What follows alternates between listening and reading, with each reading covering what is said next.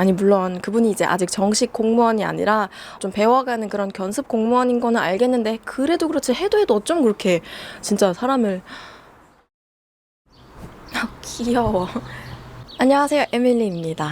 어제 노동자의 날이었는데요. 예, 항상 노동자의 날 때는 날씨가 좋더라고요. 늘 힘들게 일하는 우리 노동자들 그날 하루만이라도 좀 기분 좋으라고. 네, 오늘도 날씨가 이렇게 화창하다 못해 더운데 머리 좀 치워. 더워. 일단 좋은 소식이 있습니다, 여러분. 예, 좀 자랑하고 싶은 거. 자유의 다리가 되었어요. 네, 지난 화요일에 이 다리 뼈를 고정하고 있던 기다란 나사를 빼는 수술을 받았고, 그리고 이제 드디어 자유롭게 걸어 다닐 수 있는 몸이 되었는데요. 그러니까 물론 무리하면 안 되고 굉장히 조심해야 되는데, 그래서 조심조심 노이클랜드 갔다 오고, 요즘 핫하다는 카페 베이커리 갔다 오고, 공원도 갔다 오고, 어제는 산후기 우동 먹으러 갔다 오고. 거의 다리를 얻은 인어공주급으로 내 두 다리로 걸어 다닐 수 있는 이 기쁨을 만끽하면서 요즘 지내고 있습니다. 그 와중에 또 제가 얼마 전에 시청에 다녀온 이야기를 여러분께 해드리려고 하는데요. 시청 공무원들의 불친절한 행태를 고발하려는 것이 아니라 죄송해요, 어그로였어요.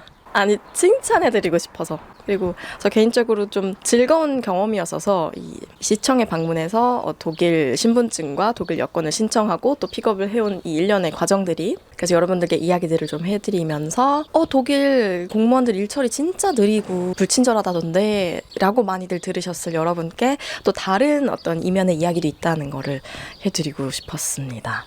에밀리 및 읍실론. 일단은 제가 독일 시민권을 취득한 그 이야기는 예전 영상에서 아마 다들 확인을 해주셨을 거예요. 생각보다 많이들 제 결정을 지지해주셨고 응원해주셨고 또 이해해주셨고, 그래서 굉장히 기뻤는데, 자, 독일 시민이 됐으니까 이제 제가 뭐가 필요하겠습니까?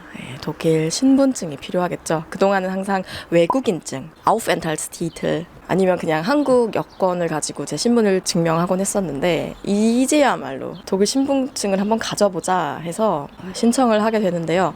신청하는 방법은 베를린 기준, 저 이제 베를린 시민이니까 베를린 시에서 통합으로 관리하는 그런 포탈이 있어요. 온라인 인터넷 포탈이. 거기에 들어가셔서 테르민, 약속 잡는 걸 테르민 잡는다고 하죠. 근데 여기서 주의할 점, 테르민을 잡는 게 쉬울까요? 어려울까요? 오지게 어렵습니다. 그래서 한두 달 정도는 테르민을 좀 미리 잡는다고 생각을 하고 움직이시는 게 좋아요.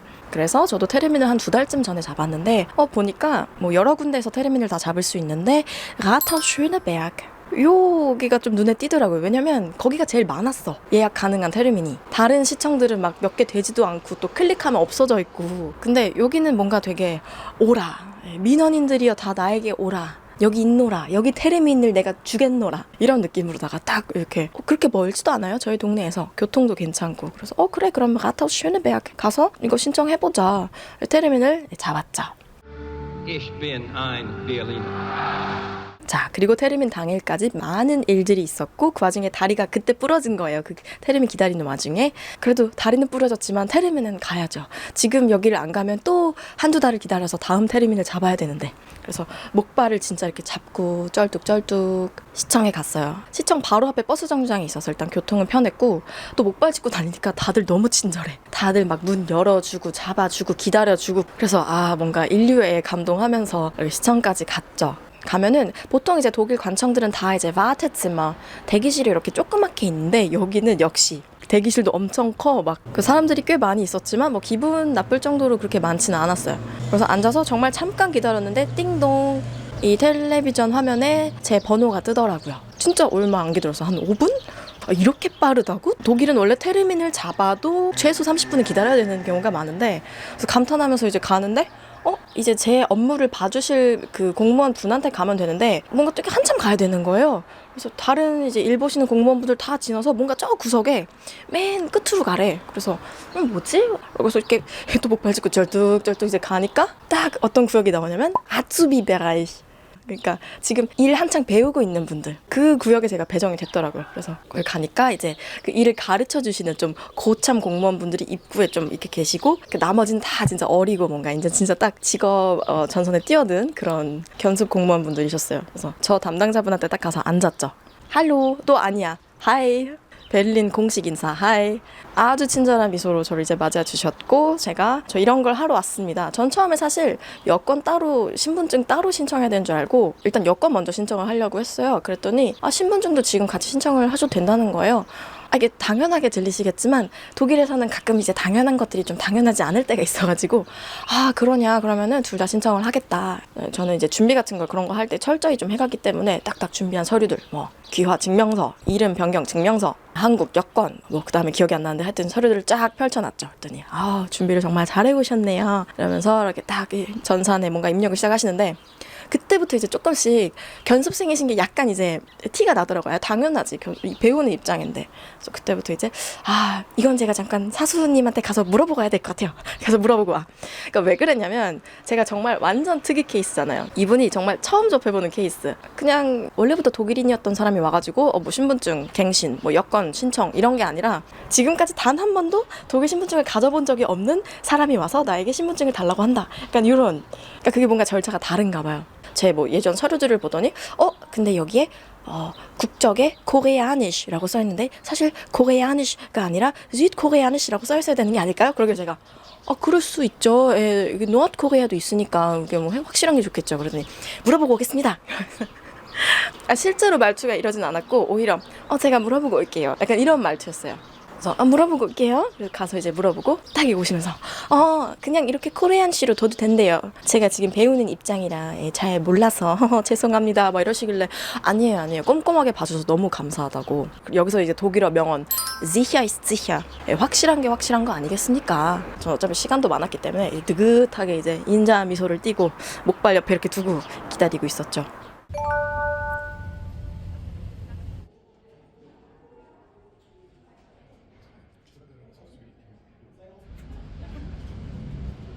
그러다가 막 뭐 전산상에 약간 뭐 미스가 나기도 하고 같은 서류를 2번 스캔하기도 하고 여러 가지 짜잘한 그런 시작하는 입장에서 누구나 할 수 있을 법한 그런 조그만한 실수들을 하시면서 잘 이제 헤쳐나가시더니 최대 난관 저보고 이제 사인을 하라는데 제 사인이 한국어거든요. 그냥 제 한국어 이름을 그냥 손으로 쓴 게 제 사인이에요. 독일에서 계속 그렇게 썼고 근데 그걸 보고 이제 또 고민에 빠진 거예요.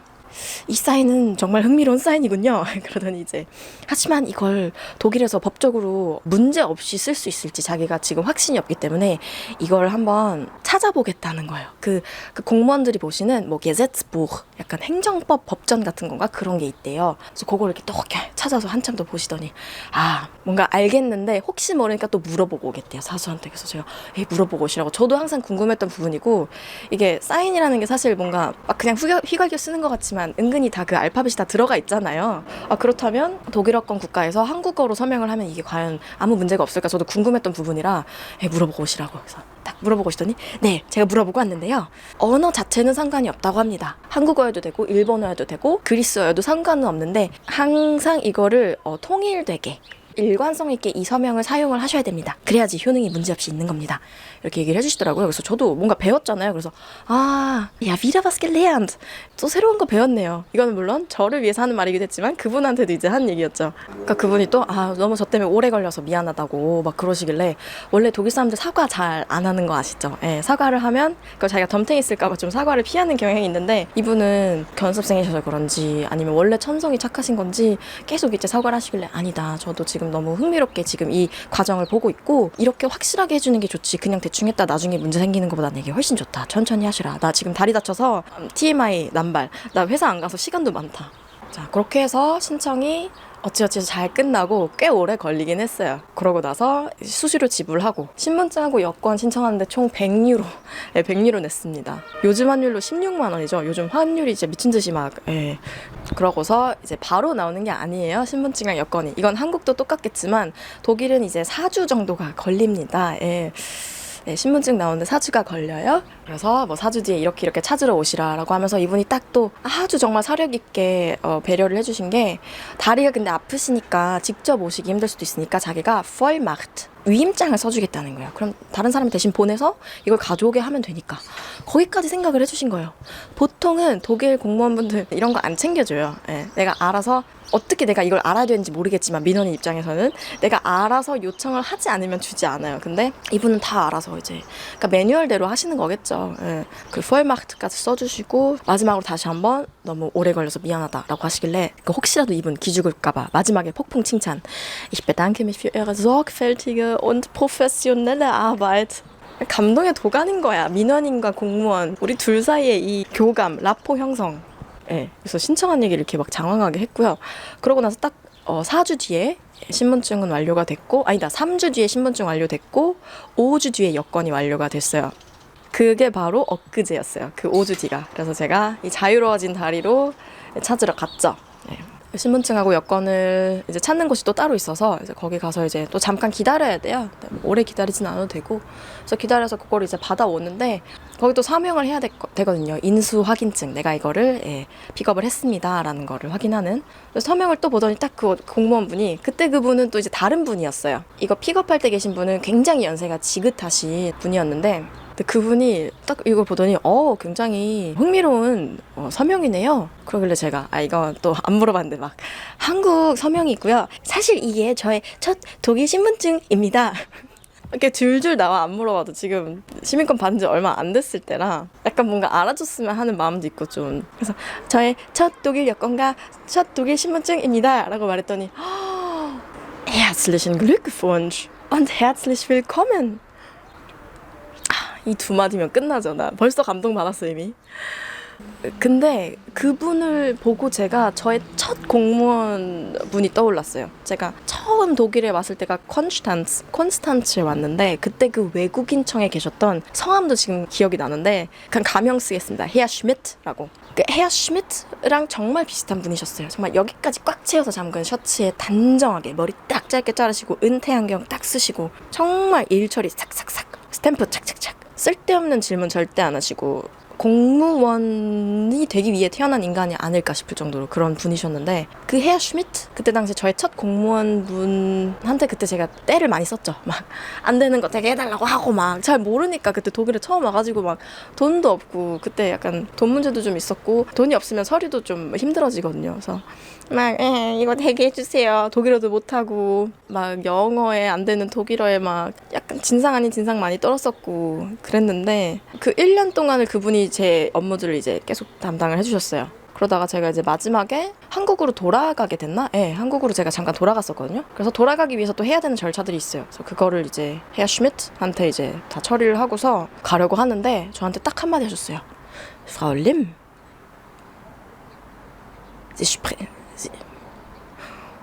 나 이거 얘기하는데 왜 눈물이 나려고 그러지? Sie sprechen sehr gut Deutsch 라고 말해주셨어요. 그때 독일어 잘하지 않았어. 그때 뭐 콘스탄츠에서 뭐 1년 만에 뭐 독일어를 잘해. 근데 확실한 건 제가 처음에 그분한테 가서 일을 봐달라고 했을 때보다 훨씬 더 독일의 어떤 그런 시스템을 잘 이해하고 있었고 또 필요한 말들은 독일어도 할 수 있었고 또 가서 서류 같은 거 준비하는 것도 진짜 정말 독일인들 하듯이 철저하게 그렇게 해서 이제 가져갔단 말이에요. 마지막 테르민때. 그래서 그때 저한테 그렇게 약간 칭찬이라고 해야 될까? 격려라고 해야 될까?